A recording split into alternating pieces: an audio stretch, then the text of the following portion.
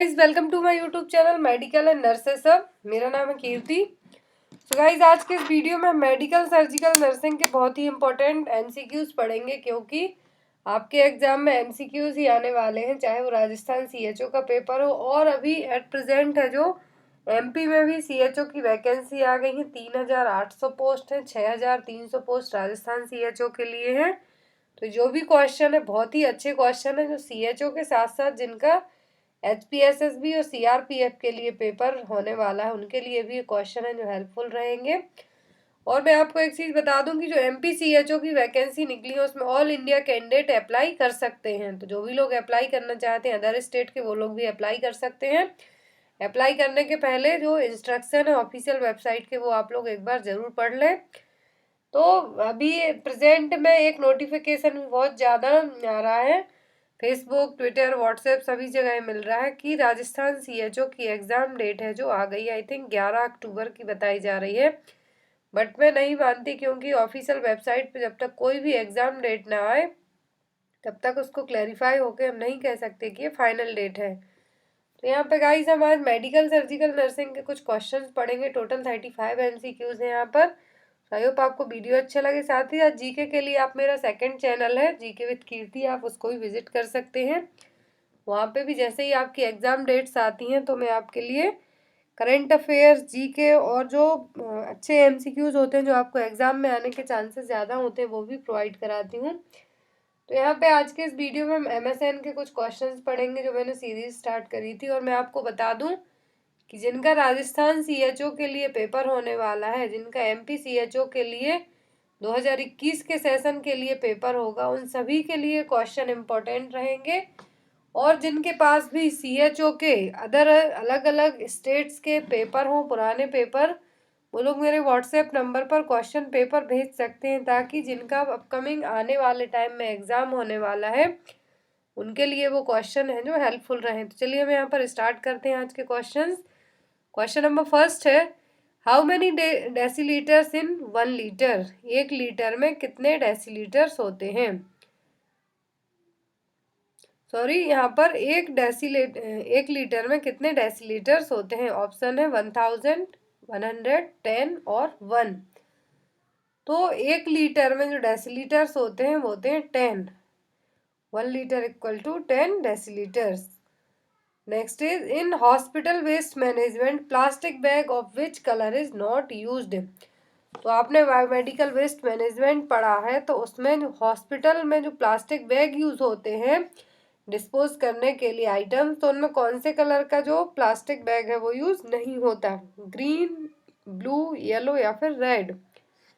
तो जो हॉस्पिटल में बैग यूज नहीं होते प्लास्टिक बैग जो वेस्ट मैनेजमेंट के लिए, तो वो कौन से हैं? वो ब्लू कलर के बैग।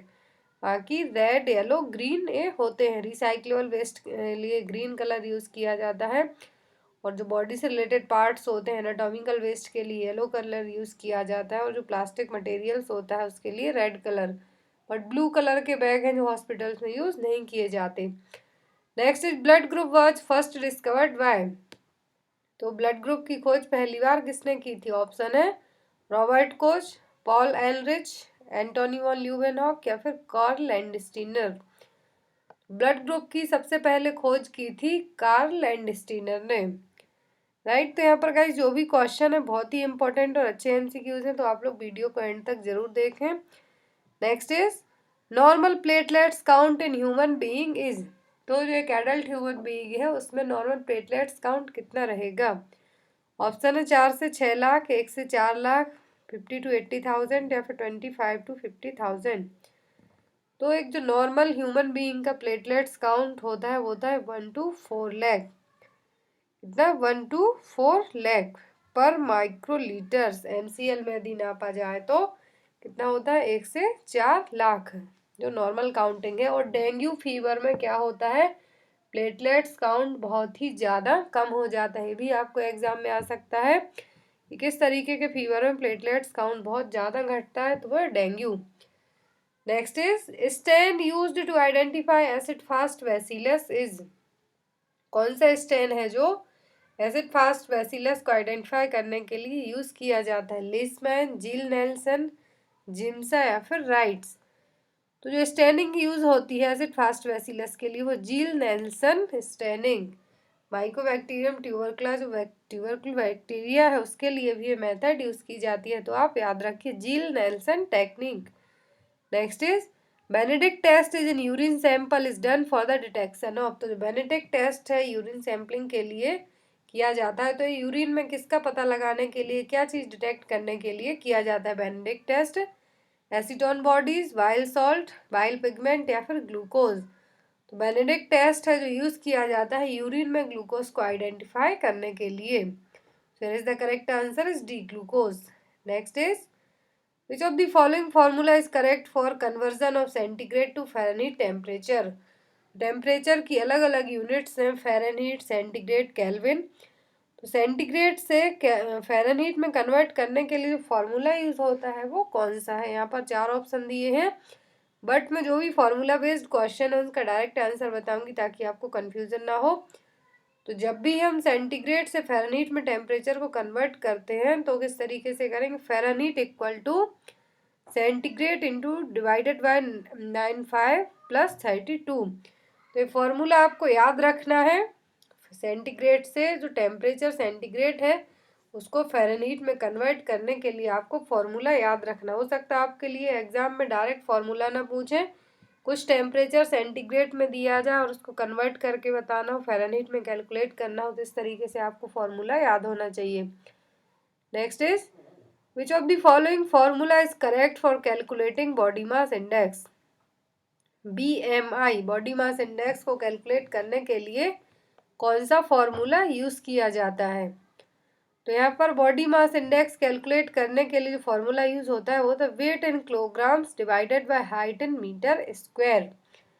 और जनरली एग्जाम में आपको यदि बीएमआई का फॉर्मूला नहीं आता है तो आपके लिए वेट क्लास और बीएमआई आता है, तो आपको याद रखना है नॉर्मल बीएमआई कितनी होती है, ओवरवेट के लिए कितनी, वेरी ओवरवेट या और अंडरवेट के लिए क्या बीएमआई रहेगी। बॉडी मास इंडेक्स तो फॉर्मूला हो गया weight in kilogram divided by height in metre square. तो जो नॉर्मल बीएमआई होती है, रेंज होती है, वो होती है 18.5 टू 24.9। नॉर्मल रेंज है बीएमआई की। ओवरवेट में होता है 25 से 29.9। वेरी ओवरवेट ओबीज में रहेगा 30 एंड अब 30 से ऊपर जा रहा है, मतलब बहुत ही ज़्यादा ओवरवेट है। अंडरवेट में बिलो 18.5। नॉर्मल जो रेंज होती है बॉडी मास इंडेक्स की वो कितनी है? 18.5 से 24.9। तो आपको ये मेजरमेंट है जो इसकी याद रखनी है बॉडी मास इंडेक्स की, क्योंकि आपको एग्जाम में फॉर्मूला ना आए यदि, तो यदि वेट क्लास पूछा जाए और बीएमआई पूछी जाए तो आपको याद होना चाहिए। Next is when a drug is to be given at bed time which of the following code instruction is used? जब भी कोई मेडिसिन है जो बेड टाइम सोने के टाइम पर दी जानी हो तो क्या कोड यूज किया जाए, क्या मेडिकल एब्रीविएशन यूज किया जाएगा? ACHS, OD या फिर SOS? SOS तो जब जरूरी हो तब देंगे, OD वंस अ डे। तो यहाँ पर इसका करेक्ट आंसर क्या होगा? BHS। HS मतलब बेड टाइम में कोई भी मेडिसिन दी जानी है। Next is the process of assessing patient who came to emergency department and determining the management priorities is called. कोई भी एक ऐसी प्रोसेस जिसमें कोई पेशेंट इमरजेंसी डिपार्टमेंट में आया हो और आपके लिए क्या करना है, उसकी प्रायोरिटी बेस्ड मैनेजमेंट करना है, तो पेशेंट किस तरीके का जो प्रोसेस वहाँ पे आप लेंगे वो प्रोसेस क्या कहलाएगी? मिराज, कॉलेज, ट्रयाज या फिर लवाज? तो प्रायोरिटी बेस्ड पेशेंट के लिए क्या टर्म यूज़ किया जाता है? तो ट्रयाज। फर्स्टली है जो इमरजेंसी डिपार्टमेंट में कुछ भी ऐसे क्लाइंट आते हैं, पेशेंट आते हैं, इनको आप फर्स्ट प्रायोरिटी देंगे मैनेज करने के लिए, तो प्रोसेस क्या कहलाती है? Triage. Next is tissue reaction is highest with which of the following suturing material? Tissue reaction होता है किस तरीके के सूचरिंग मटेरियल में सबसे ज़्यादा हाईएस्ट रिएक्शन शो करता है? ऑप्शन है यहाँ पर नायलॉन, प्लेन कैटगट, विस्रल या फिर क्रोमिक कैटगट। तो जो क्रोमिक कैटगट है, सॉरी यहाँ पर प्लेन कैटगट है, जो क्या करते हैं, बहुत ही ज़्यादा हाईएस्ट रिएक्शन, टिश्यू की हाईएस्ट रिएक्शन देखने को मिलती है किस तरीके के सूचरिंग मटेरियल में? प्लेन कैटगट में। Next is method of administering drug bye topical friction over skin is called. तो मेथड है जो ड्रग को बाय टॉपिकल फ्रिक्शन के थ्रू स्किन में इंसर्ट करना है, लगाना है, तो क्या कहलाता है? इंस्टॉलेशन, इनेक्शन, इंसर्शन या फिर इंसफ्लेशन। तो इंस्टॉलेशन तो क्या होती है? आई में जो मेडिसिन हम इंसर्ट करते हैं।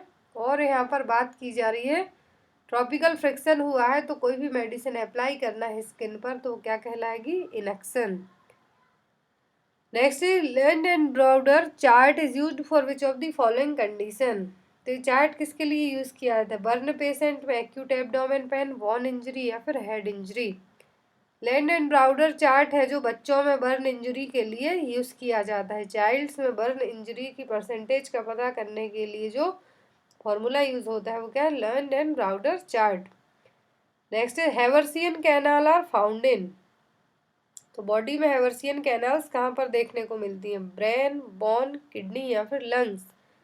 तो जो हैवर्सियन कैनाल्स प्रेजेंट होती हैं जनरली बोन मैरोज में होती हैं, तो यहाँ पर इसका आंसर क्या होगा? B, bone. Next is which of the following fontanelle in child is the first to close.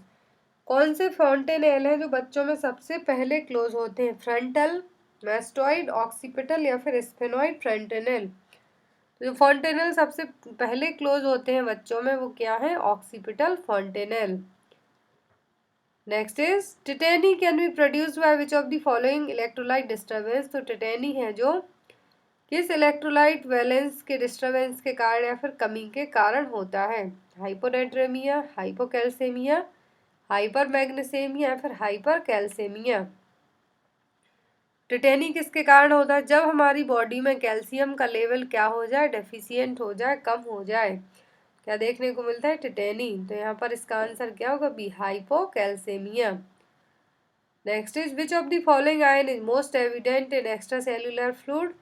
जो एक्स्ट्रा सेल्यूलर फ्लूइड्स होते हैं उनमें मोस्टली कौन सा आयन है जो प्रेजेंट होता है? पोटेशियम, क्लोराइड, सोडियम या फिर बाइकार्बोनेट।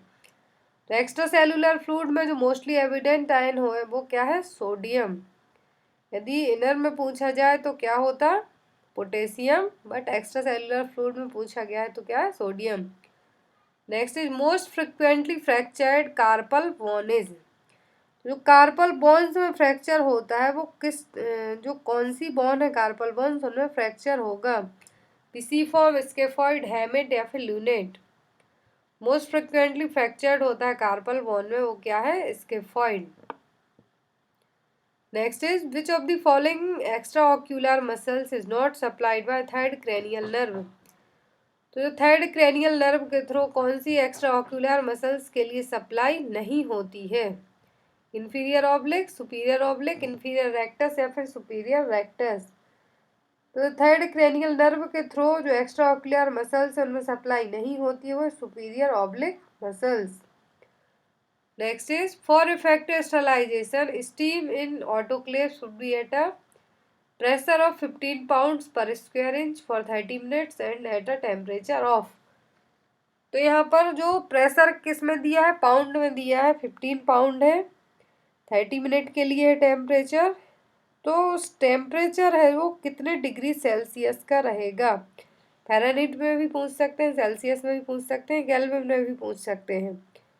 30 मिनट तक जो 15 पाउंड्स पे प्रेशर है वो कितना रहेगा? वो होगा 121 डिग्री सेंटीग्रेड।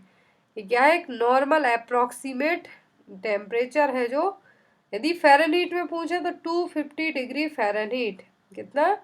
250 डिग्री फ़ारेनहीट रहेगा। सेल्सियस में पूछे तो 121 डिग्री सेल्सियस रहेगा 30 से 60 मिनट के लिए।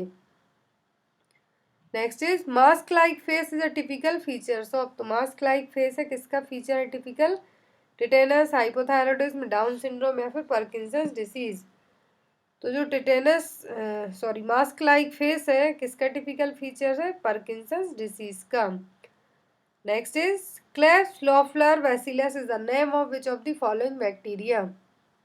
तो जो क्लेफ्स लॉफलर बैसिलस है किस बैक्टीरिया का नाम है? Clostridium tetani, Corynebacterium diphtheriae, Lactobacillus या फिर हीमोफिलस इन्फ्लुएंजा। तो जो क्लेफ्स लॉफलर बैसिलस है एक किस बैक्टीरिया का नाम है? Corynebacterium diphtheriae. इसका Corynebacterium diphtheriae. Next is majority of case of mother to child transmission of HIV occur during.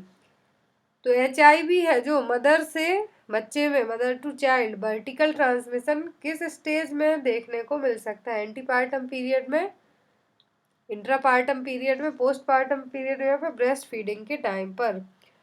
तो हमने हॉरिजॉन्टल और वर्टिकल ट्रांसमिशन पढ़ा है। तो यहाँ पर मदर टू चाइल्ड में जो ट्रांसमिट होगी कोई भी डिसीज या फिर कोई भी ऐसी प्रॉब्लम्स, अच्छी चीज़ें या बुरी चीज़ें, वो क्या कहलाती हैं? Vertical transmission. तो यहाँ पर बात की जा रही है यदि HIV मदर टू चाइल्ड में ट्रांसमिट होगा, वर्टिकल ट्रांसमिशन होगा, तो किस पीरियड पे होगा? इंट्रापार्टम दैट मीन्स डिलीवरी के टाइम पर, एंटीपार्टम बिफोर डिलीवरी, या फिर पोस्टपार्टम आफ्टर द डिलीवरी, या फिर ब्रेस्ट फीडिंग के टाइम पर। तो सबसे ज़्यादा जो HIV मदर टू फीटस और मदर टू चाइल्ड में जाएगा वो कब जाता है? इंट्रापार्टम पीरियड में।